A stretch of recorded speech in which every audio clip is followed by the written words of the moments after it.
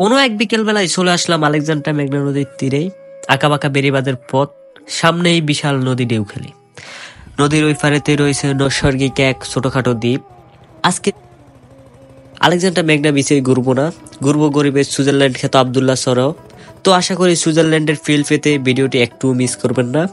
আজকের ভিডিওতে আলেকজান্ডার মেঘনা নদীর পাশাপাশি গরিবের সুইজারল্যান্ড ঘুরতে যাব বোটে করে। তো চলুন শুরু করা যাক।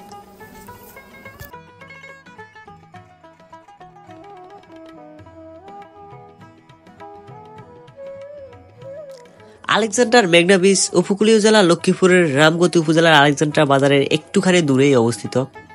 আলেকজান্ডার শহরকে মেঘনার হাত থেকে বাঁচাতে 2016 সালের তৎকালীন সংসদ সদস্য আব্দুল আল মামুনের প্রচেষ্টায় প্রায় 1 কিলোমিটার এলাকা স্থায়ীভাবে বেড়িবাঁধ করা হয়।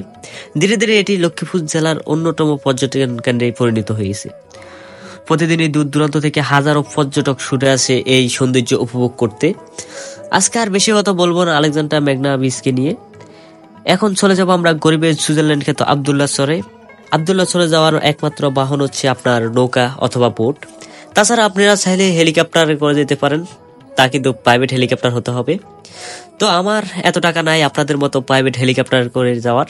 আমি চলে যাব বোটে করেই আবদুল্লাহ সর ঘুরতে। বোটের খরচ মাত্র 100 টাকা। আমার মোট খরচ হয়েছে 500 টাকা, কারণ আমার সাথে আরো 5টা গরিব ছিল। আমি সহ আরো 5টা গরিব। তো আমার খরচ হয়েছে মোট 500 টাকা বোট খরচ।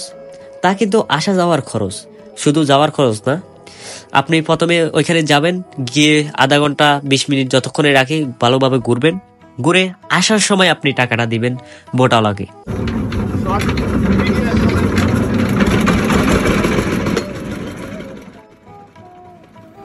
বোটে বসার একটু পরে স্টার্ট দিয়ে দিল বোটে।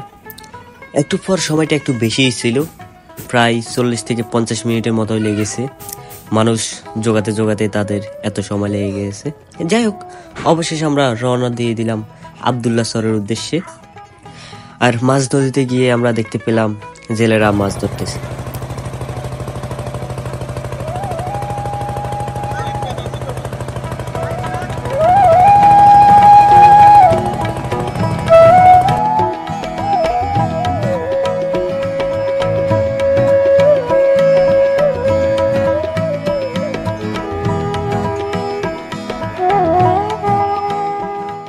মায়াবী এই দ্বীপের সৌন্দর্য আপনি দূর থেকেই দেখতে পাবেন, আপনার চোখে পড়বে দূর থেকেই। বোট যখন দ্বীপের কাছাকাছি চলে আসে তখনই এই সৌন্দর্য আরো বেশি ফুটে ওঠে। বোটটি এখন কিনারায় রয়েছে আর এখনই নগর করবে। আমরা নেমে যাব দ্বীপে আর আপনাদেরকে দেখাবো দ্বীপের সৌন্দর্য।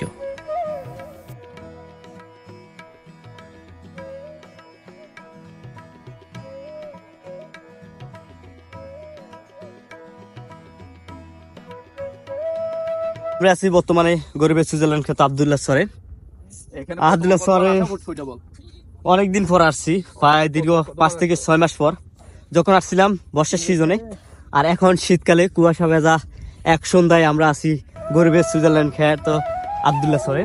আর এখন সময় হচ্ছে আপনার 5টা 20 মিনিট, যার কারণে চারিদিকে সূর্য ডুবে গিয়েছে আর পিছনে পাখি উঠতেছে।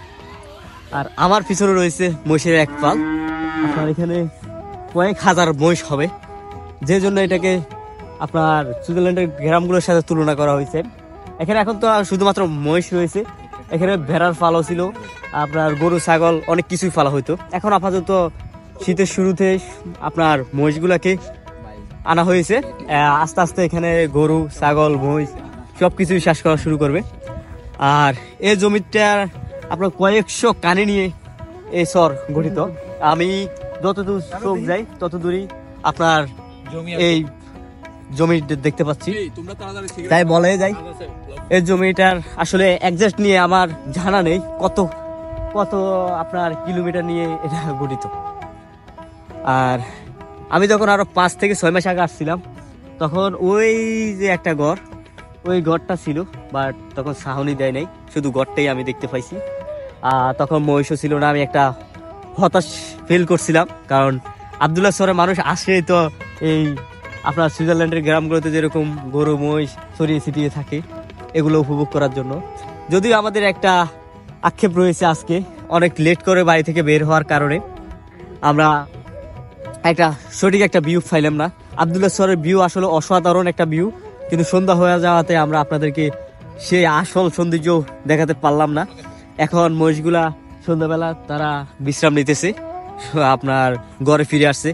অথবা আপনি যদি 3টা অথবা 4টার দিকে আসতেন, এই সময়টা পুরো দ্বীপে গরু মহিষ ছড়িয়ে ছিটিয়ে থাকতো, না মানুষজন আসতো, পর্যটক। এখন আমরা আমাদের বন্ধু বান্ধব নিয়ে আসছি। আমার বড় ভাই আছে, সাথে আমার বন্ধু আরিয়ান, আর 2টা আছে, তারা একটু পার্সোনাল আলাপ করতেছে। আর সিয়াম এবং শাহাদাত, ওরা পার্সোনাল মিটিং ব্যস্ত। যাই হোক, ওরা ওদের মিটিং করুক। আর আমাদের পেছনে আরো 2টা বড় ভাই আছে, তারা একটু সেটা আমাদের টিমের না, এরা অন্য টিমের। যাই হোক, তো বড় ভাই আপনার কেমন লাগতেছে আব্দুল্লাহ শহরে ঘুরতে এসে? আব্দুল্লাহ চর আগে একবার আসছিলাম, প্রায় কতদিন হবে? প্রায় 5 থেকে 6 মাস। 5 থেকে 6 মাস হবে মনে হয়। হ্যাঁ, এরকম হবে। 6 মাস পর আবার আসলাম। আসলে এখানে আসলে মন যদি খারাপ থাকে তাহলে আসলে মনটা ভালো হয়ে যাবে, এমন একটা জায়গা। তো এখানে সবাই আসবেন আর ঘুরবেন, ঘুরলে মন ভালো থাকবে। তো এতটুকুই বলার। আর এখানে আসলে আসলে অনুভূতিটা অন্যরকম। এই শহরের ভিউ দেখলে মন ভালো করার মতো একটা ভিউ শহরটা। কি বলবো, সন্ধ্যা হয়ে যাওয়াতে আপনাদেরকে প্রকৃত সৌন্দর্য দেখাতে পারলাম না, সেটা আমাদের জন্য দুঃখজনক, একটা হতাশাজনক। আমরা লেট করে বাড়ি থেকে বের হয়েছিলাম, প্রায় আপনার 3টা 20-এ বাড়ি থেকে বের হয়েছিলাম। আমাদের বাড়ি হচ্ছে চল লরেন্স বাজার, কমলনগর উপজেলা। ওইখান থেকে আস্তে আস্তে আমাদের প্রায় 1 ঘন্টা সময় লেগে গেছে। তো আস্তে আস্তে 5টা বেজে গেছে, 5টা বাজে নাই, 4:30 বেজে গেছে। তা বোট বুকিং দিয়েছিলাম, বোটে মানুষ উঠতেছিল না। আমরা প্রথমে 5 জন বুক দিলাম। তা বোটের সময় গাড়িয়ে ফেলছে আরো 1 ঘন্টা, যা আস্তে আস্তে আমাদের হয়ে গেল 5টা 20, যা যে টাইমটাতে পুরো অন্ধকার নেমে যায়। অন্ধকার, চারিদিকে অন্ধকার হয়ে গেল। শহরটাতে এখনো যথেষ্ট পরিমাণ আলো রয়েছে। যাই হোক, আমার বন্ধুরা পার্সোনাল মিটিং করতেছে। আচ্ছা, যাই হোক, আমি ওদের পার্সোনাল মিটিংয়ে হস্তক্ষেপ করতে চাই না, আমি আপনাদের সাথেই থাকতে চাই। তো আরেকটা জিনিস আপনাদের সাথে বলার আছে, সেটা হচ্ছে আমার ইদানিং পেজের প্রচণ্ড পরিমাণ রিচ কমে গিয়েছে।